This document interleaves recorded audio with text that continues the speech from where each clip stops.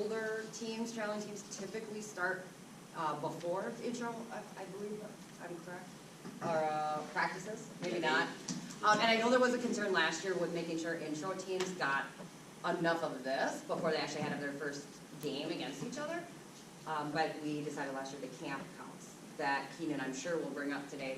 He has a week, a 3-day camp or a couple days. 4 days. Something kind of camp that all kids are not required to go to, but we as an association, and Keenan will tell you, I don't want to steal his thunder about his camp.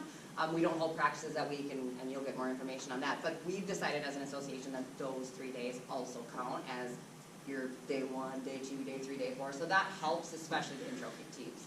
Because the other guys may have already started a little bit earlier. I don't know how that works, but just know that we're trying to make sure that you guys have plenty of time before your first games to get in full pads.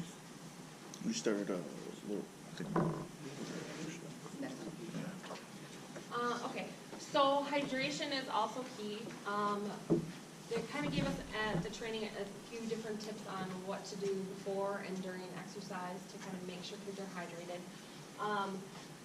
Into your practice schedules, you will build in water breaks that are required, and that's part of what you'll go through in the online training. And then also, if you utilize the USA Football online tool to make your practice, it will automatically put in that you have 5-minute water breaks or 10-minute water breaks or whatever you're required to do.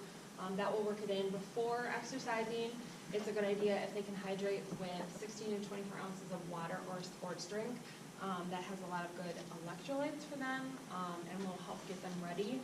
During exercise, so during practices and games, they should have unlimited access to water. Obviously, you designate water breaks and for your teams, and you try to follow that as a team. But if there's a kid who is working extra hard or just for whatever reason they need more hydration, they should be able to have access to that water through the entire practice or game and be able to drink as much as they want and drink for the entire break period if they wish. I think it's a lot of drinking, but there could be kids that is what they need to do.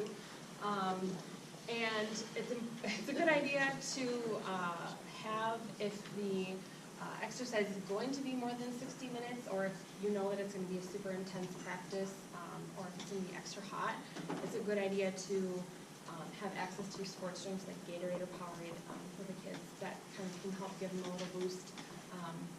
Water's obviously, water's great, but during those super hot periods and intense workouts, that is a good thing also to recommend to your parents that they have.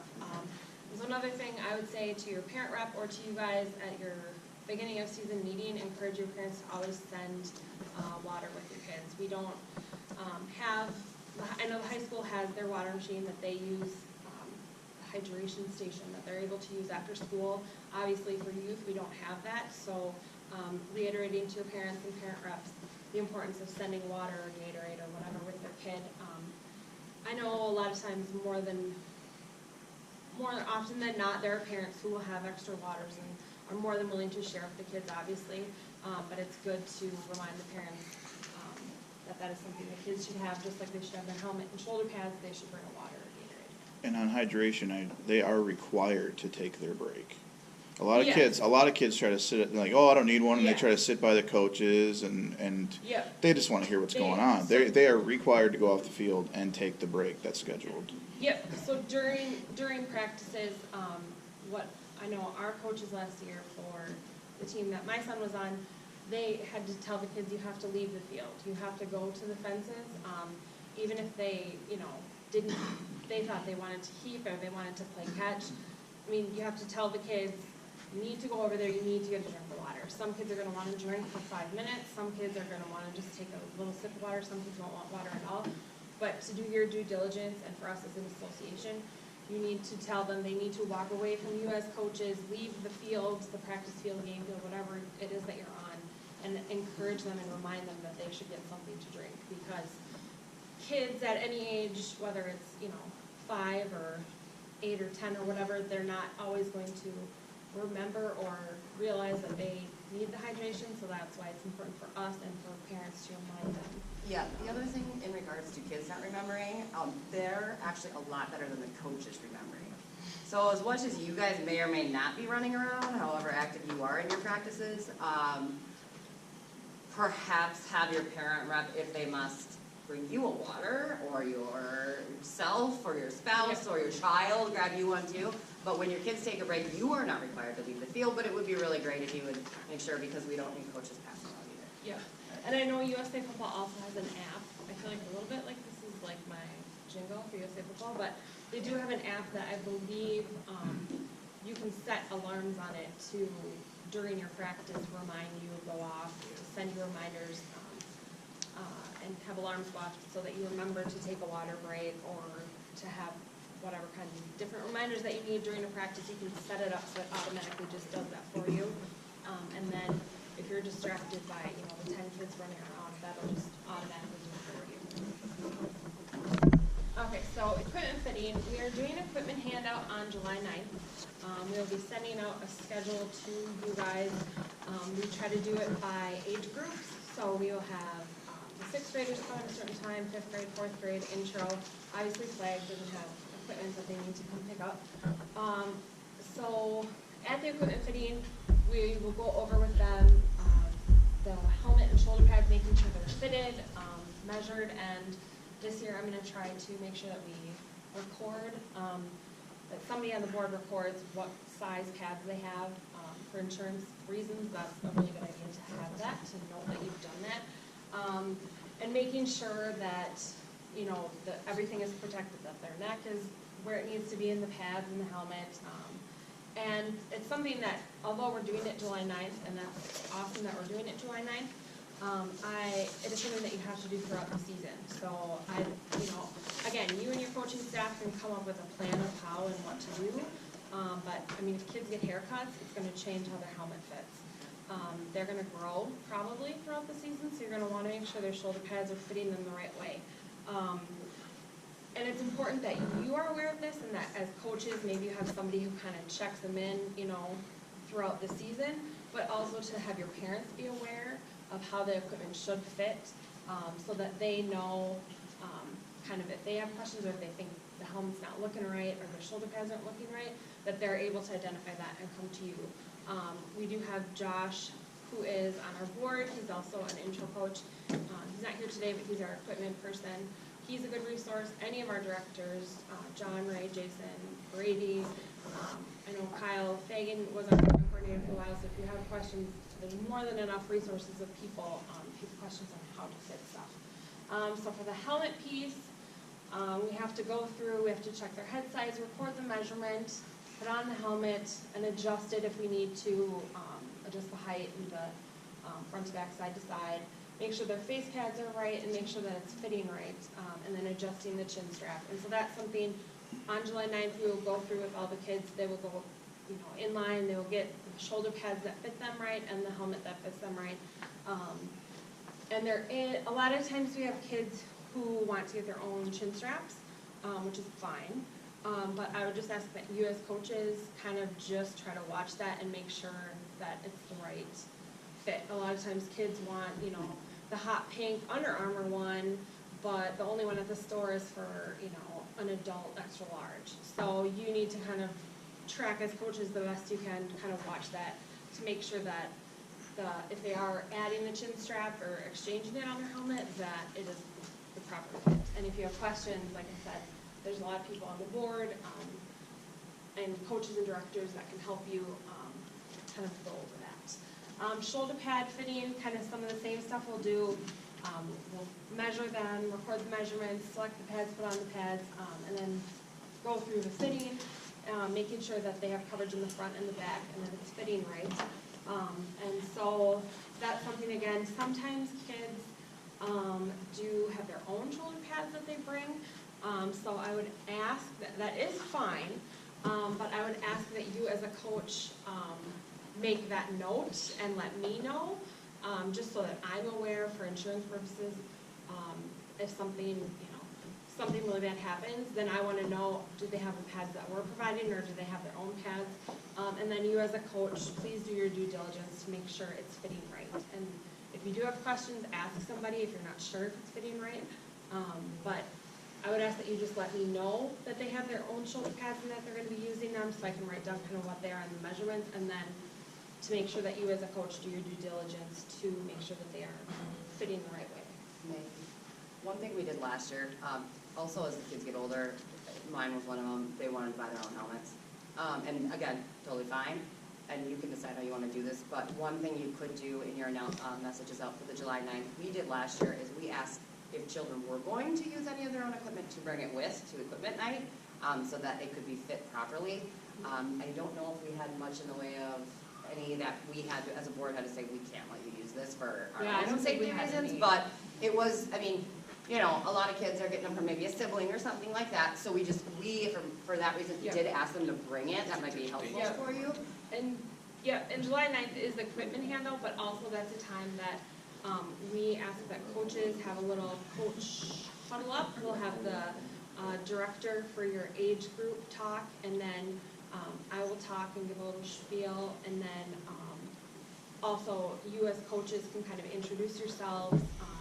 And that's a time that's really good to encourage the parents to communicate with each other and reach out to each other, you know, coordinate rides, and really encourage them to know that this is, you know, it sounds cheesy, but it's one family. I will never forget, I will tell this story till I'm blue in the face. I know you will.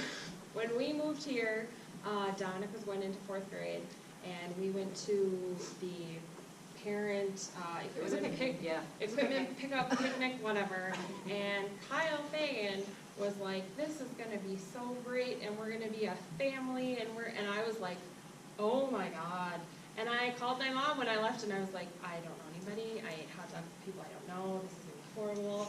And by the end of the season, I was like heartbroken that we were done. Like, I was like, can't football, like, we should all move to Texas together so we can play football together, that would be awesome. So I would really encourage you as coaches to really be proactive in telling your parents to really become involved. You know, we want them to be involved. We want it to be a positive experience, and encouraging them to kind of communicate and become a community with each other too, because the more they do that, I mean, kids are sponges. They see exactly what we do as adults. So it's good to mirror for them what you want for them, I guess. So.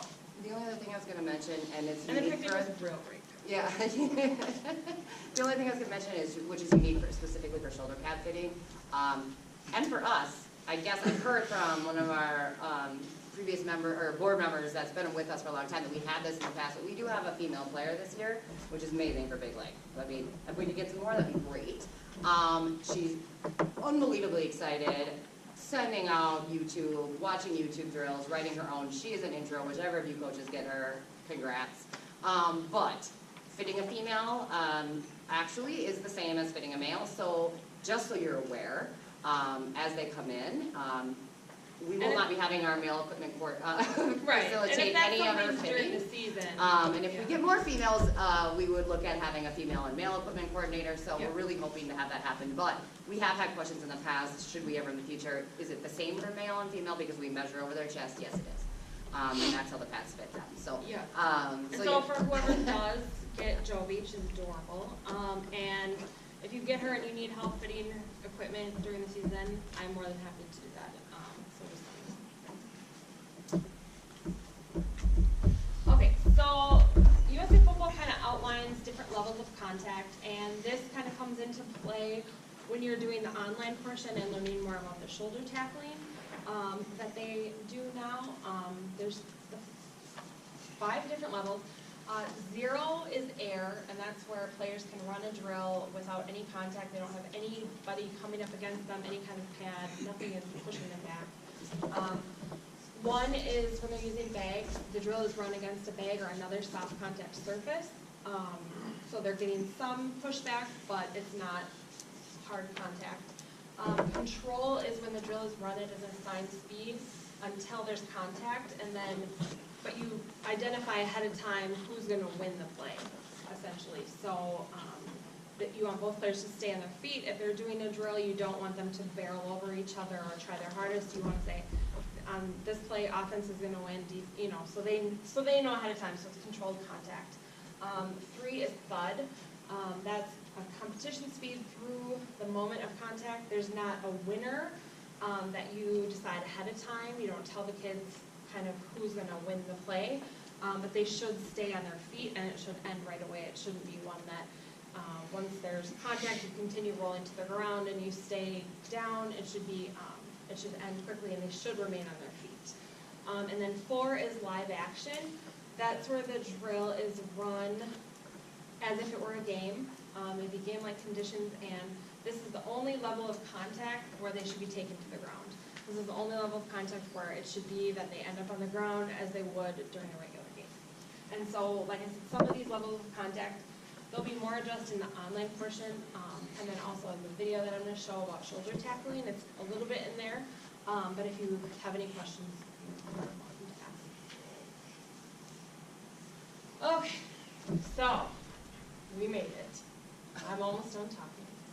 Okay, so shoulder tackling, like I said, is the new USA Football. They got together with rugby, the Rugby Association, and also with Pete Carroll and the Seahawks. I'm a Packer fan, so I'm not thrilled that it's hog tackling, but okay, I can make sure you're not all certified. Just remember that. So, although we all have our feelings about the Seahawks, I'm sure, Vikings or Packers, whatever, it actually is a really awesome tackling program and technique. This is all during the online piece. It's not just somebody talking about kind of the heat illnesses. That's kind of this portion. Those will go through videos of drills to go over with you how to tackle. It'll go through fundamental drills, leverage drills, form tackle, the thigh and drive tackle, and then the thigh and roll tackle. I will not even pretend that I'm going to act these out for you. I did have to do some mock tackling, so watch out on the field. I'm pretty amazing. So this will all go over more in the videos that you'll watch online. We are going to watch a 15-minute video after this, in like a second, right now, about the shoulder tackling. But if you do have any questions about that, you can always ask that. So now, The volume works, right? I don't know. If the volume works? Right. You may have to listen to it on my computer, but you will be able to watch it up there. What is it? So, Oh, yeah. Then instead of grabbing the back of their jersey. Yeah, absolutely. Having your head straight on to me near the hurt. Popping up on your computer. They still have to have their head up, they just have to have it to the side.